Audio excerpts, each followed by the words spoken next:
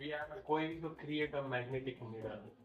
आपण एक magnetic needle तयार करणार आहोत आणि यासाठी आपल्याकडे आहे मॅग्नेट छोटस, त्यावरती आपण एक निडल घेतलेली आहे आणि ही निडल थोड्या वेळासाठी मॅग्नेटला स्टिक करून ठेवलेली आहे.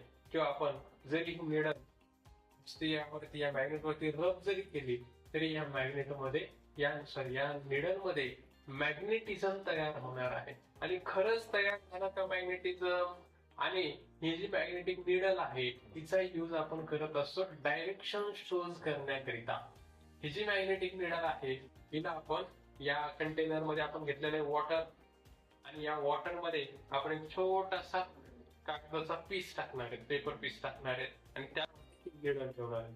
त्यावरती निडल ठेवल्याच्या नंतर ही निडल आपल्याला डायरेक्शन दाखवणार. कोणती डायरेक्शन दाखवणार? तर नॉर्थ साऊथ डायरेक्शन दाखवणार आहे.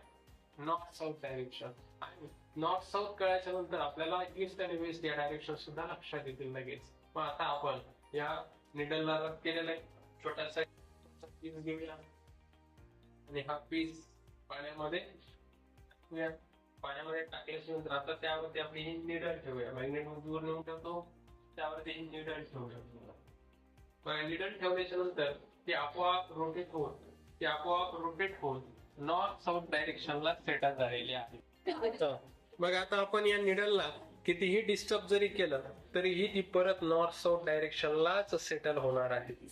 परत ती नॉर्थ साऊथ डायरेक्शनला कितीही डिस्टर्ब केलं तरीही. आणि हीच आहे या मॅग्नेटिक निडलची प्रॉपर्टी. बघा, परत एकदा ती नॉर्थ साऊथ डायरेक्शनला सेटल झाली. आपण तिला पूर्णपणे डिस्टर्ब केलं होतं, आता आणखी एकदा डिस्टर्ब करूया, पूर्ण डिस्टर्ब करूया, परत ती नॉर्थ साऊथ डायरेक्शनला सेटल होईल. अशा प्रकारे हे आपले मॅग्नेटिक निडल जे आहे ती तयार झालेली आहे आणि याच्या मदतीनं आपण डायरेक्शन ज्या आहेत त्या फाइंड आउट करू शकतो.